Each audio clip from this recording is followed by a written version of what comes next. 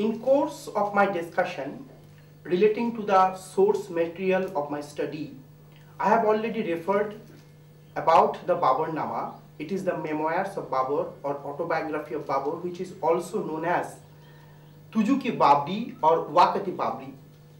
Another important source which was written by Akbar's minister Abul Fazl, that is Aini Akbari, which was composed between 1595 to 1596, considered as an important source during the period of Akbar. It also gives information in very details about the land revenue system and geographical feature of India. Another important source of Shah Jahan's time, that is Padshahnaama, written by Abdul Hamid Lahori. It also considered as another important work in that direction. Several contemporary sources which were mostly written in Persian, this gives us information regarding the geographical variations of this country with particular reference to the natural surroundings. One of them, Muhammad Ali Khan's Mirat-e-Ahmedi, it gives us information regarding the weather and natural surroundings of the province Gujarat.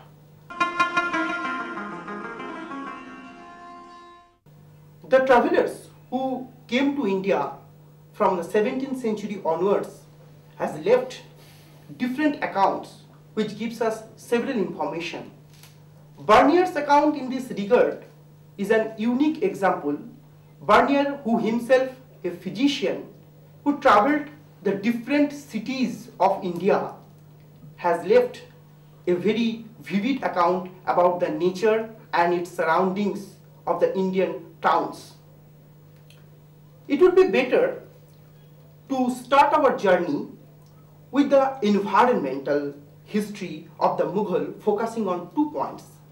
First, the forest resources and the preservation of forests, and through this discussion we should try to find out whether there was any deforestation was taken place, and next is the agricultural zones. Aini Akbari refers the different varieties of land, and it is well known that it was done by Todormal, was the land revenue minister under Akbar, and Abul Fazl recorded every detail on the basis of production of the land on the basis of regional variety, though some portions of Bengal, Thatta and Kashmir, these places have not mentioned in his account. But a huge land came under cultivation. It is accounted in Aini Akbari that during the time of Akbar, around 50 to 55% growth was taken place in the agrarian sector, which means a huge land came under cultivation. We need to study regarding the forest resources of India. Babur refers relating to the forest resources of Hindustan.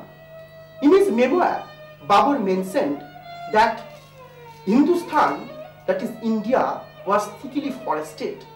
When he attacked India, he found each and every portion of the India was covered with forest. That's why he ordered to cut down some trees for making the ways for his army. This tradition even followed during the time of Akbar. Aini Akbari refers one of the incident which was taken place during the time of Akbar, that is Akbar ordered one of the generals, Sahabaj Khan, who deployed to move towards Bihar and to suppress the movement of Gajpati, who was the zamindar of the Jagdishpur in Bihar.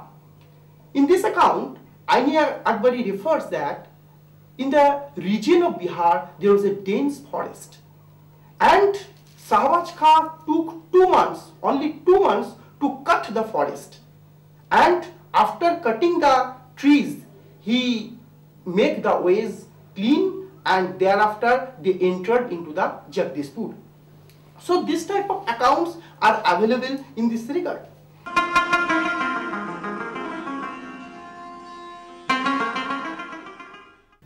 can start our journey from the extremist, that is from Assam. And Alamgir-Nama in this concern refers the jungles of Assam and the north or extreme northeastern part of India. According to the Alamgir-Nama, there was a dense forest in the both sides of the river Brahmaputra, except some portions which were usually used for the purpose of cultivation. Another important source, that is Tarikhi-Mulki Assam, which also refers one of the most important forest, quote unquote jungle, that is Kajlaban, which usually famous for the wild elephants. Even it is also reported that several elephants were captured from this forest land.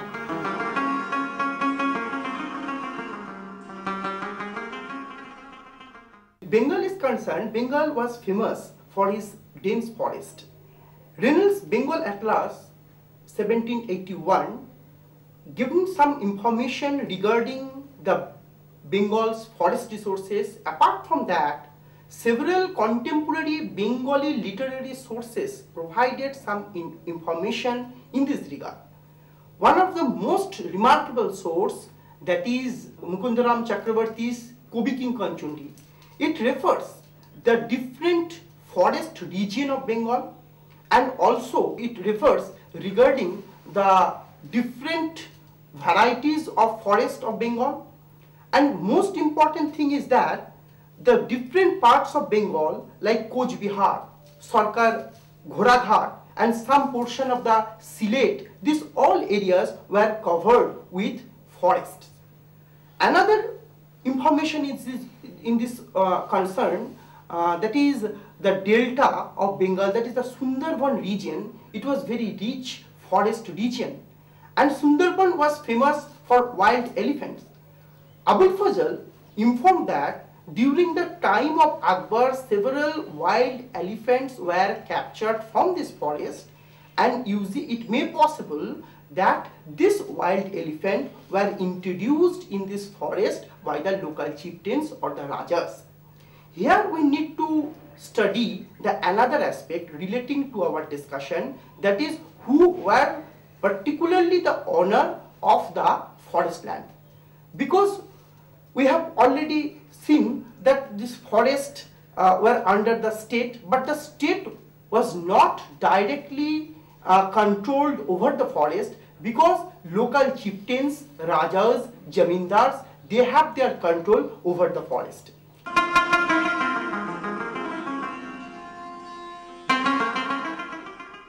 Odisha also covers a dense forest.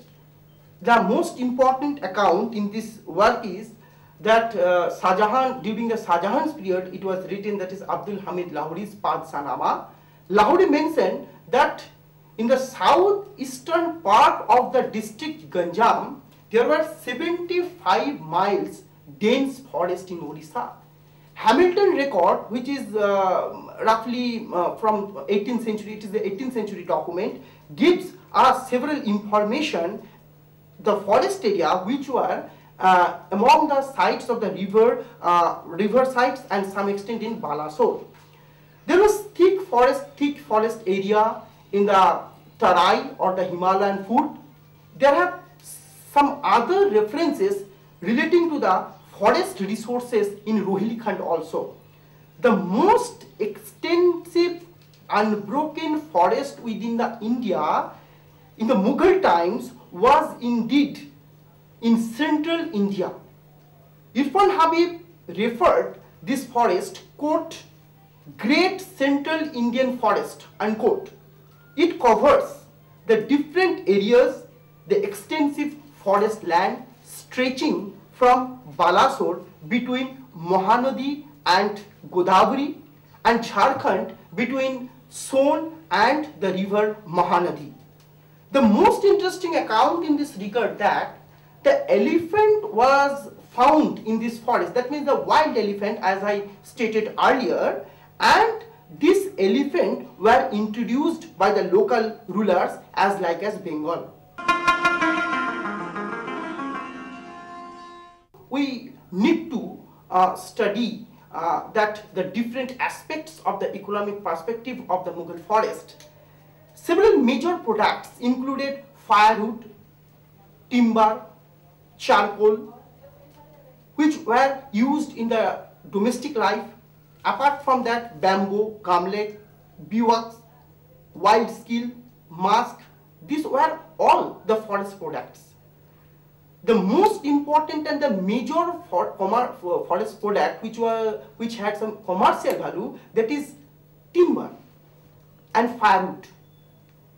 Aini-Akbari refers an account relating to the utilization of the timber in the royal kitchen of Akbar period, last half of the 16th century. Ain here refers a statistical data where it reflects that nearly 1,500,000 months, that is 37,63,890 kgs timber has been utilized in the royal kitchen. Unfortunately, regarding the price of this timber or the firewood has not mentioned, but the account of Pulsar, which is some extent later period, Pulsar made in comparison between the price of the firewood which was available in Agra and its nearby region and some other places like Allahabad, Ajmer and some portion of the eastern India, where he reflects that he stated that the price of the timber or the firewood of Agra was cheaper than the other places of India. A good quality of timber such as teak, sal, these were available in India. Aini-Akbari refers that 72 variety of timber with different degree which were available in India. That means the utilization of timber not only for the purpose of domestic, several construction of buildings, and it was utilized as a building material, and by the 17th century and 18th century onwards, for the purpose of making ships and boats, this timber was hugely utilized. Different other varieties of wood are available in the several portions of the country. In Assam, in Bengal, different varieties of wood were available. There are some other things which were available in the forest, that is gamlek, yielded in certain places of Bengal, and Bengal was very much famous for that. Bernier had given his account and he accounted that Bengal was very much famous even for beeswax, and it was though found in the several parts of India, but the quality of beeswax in Bengal was very much high and very much rich. In this regard, I would like to mention regarding the elephant. It is considered as one of the most unique and useful animal which was used in war and also as beast of burden. In the establishment of Akbar, it is estimated that there were 5,000 elephants. Among them, 1,000 were the khas elephant. Several contemporary paintings gives us some information, though Aini-Akbari, Abul Fazl's this work have given an extensive idea regarding the differentiations of animal, the establishment. These all factors have been detailed mentioned in Ain. There have several references regarding the animal resources, particularly the elephants, its availability. Agra, Awadh, some portions of the Bengal, northeastern part, Assam were very much famous for animal. This animal, that is elephant. Abul Fazl also reported regarding the hunting of animal. These hunting areas were mostly located in Agra, Allahabad, Bihar, Orissa. Apart from that, elephant was considered as an important commercial animal. I need to mention another animal which got most importance under the period of Akbar, that is cheetah. The cheetahs were utilized for the purpose of hunting. Ain-e-Akbari refers that there were 1000 cheetah in the royal establishment of Akbar. They were trained for the purpose of deer hunting. After this study relating to the forest resources of India on the basis of regional variety, we need to discuss about the agricultural zones, better to say the different provinces which were developed by the Mughals on the basis of agricultural productivity.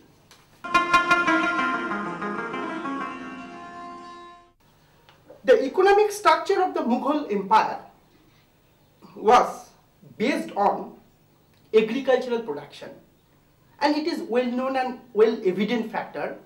With the establishment of the Mughal Empire in India, the agricultural field was developed. Different varieties of crops, vegetables, fruits and flowers were cultivated in the different regions. Regarding this study, the work of Professor Irfan Habib considered as an unique effort in this regard. Another work which I need to mention, this is the work of Shirin Muzvi, The Economy of the Mughal Empire, and she has given the statistical data of the Mughal Empire on the basis of the production in the different regions. In this regard, we need to study the population of the Mughal Empire, from where we could be able to get some data regarding the increasement of the agricultural land. So far the population is concerned, in the Mughal India, no census person was ever connected in the part of the Mughal Empire. The reports which we usually get from the contemporary record, that is Ain-e-Akbari, I have already mentioned regarding the Ain-e-Akbari, it is an unique record during the time of Emperor Akbar. It gives some information regarding the agricultural land and the production per bigha. On that basis, Morland had taken an attempt. W.H. Morland, according to his observation, he had taken two efforts to clarify the population or the growth of population on the basis of two of his observations. First of all, to work out the total area under cultivation at the end of the 16th century, and then to estimate on the basis of the total population of Akbar's empire. According to his observation, the gross rate of production from 16th century till 19th century or 20th century, it was some extent developed. The production rate or the rate of development was not huge. According to Morland, during that time, on the basis of contemporary document, here was that there were 100 million population in Mughal India. But he concluded this statement on the basis of Razi. Razi means area measured for revenue purposes. There have several arguments among the scholars relating to this ratio, but it is well evident that 85% of the total population in Mughal India were from the rural society. Kingsley Davis, he also mentioned an account. He accounted that in 1600, that is first of the 17th century, there were 120 million population in India, and it was almost same till after the second half of the 18th century. By 1800 to 1871, it was almost double, because this period, it is well known that this is the period of British expansion, and by the 1800, population was nearly 200 million, it is almost double. D. Bhattacharya refers 207 million, and Maurice de Maurice referred some extent little, that is 197.8 million. It is 19th century account. According to their observation, 16th century May 150 million, that is 17th century 1600, and 19th century 1800 it is 200 million, that is growth rate was 33%. So on that basis, agricultural land was developed.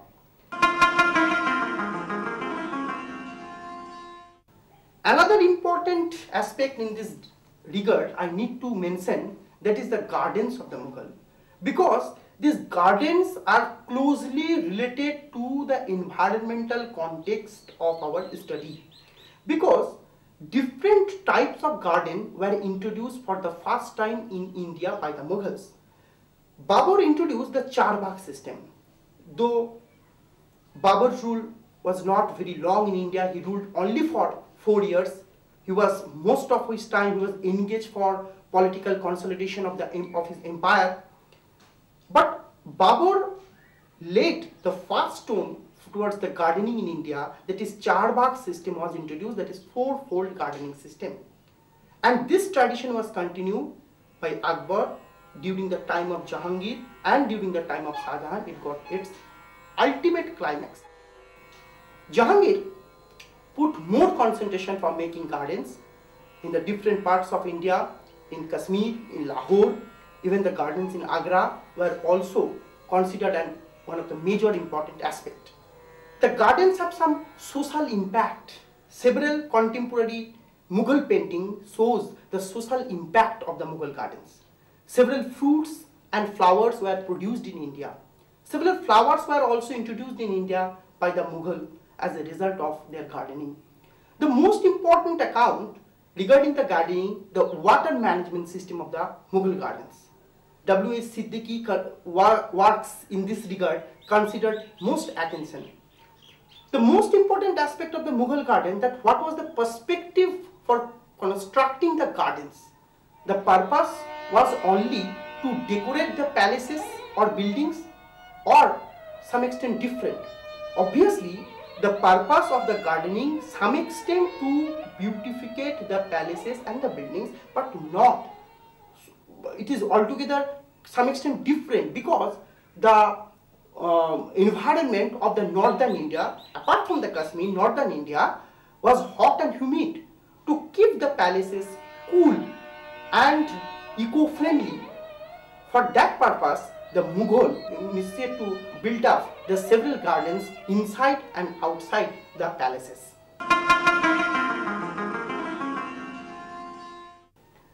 After having this complete journey, in conclusion, I would like to refer some points regarding there was any deforestation was taken place. I have mentioned in course of my discussion regarding the forest resources. Some extent forests were cut down because due to military expedition in one hand, on the other hand due to agricultural necessity. And I have already referred regarding the growth rate of population in the entire Mughal period, which shows that there was a development was taken place in the field of agriculture.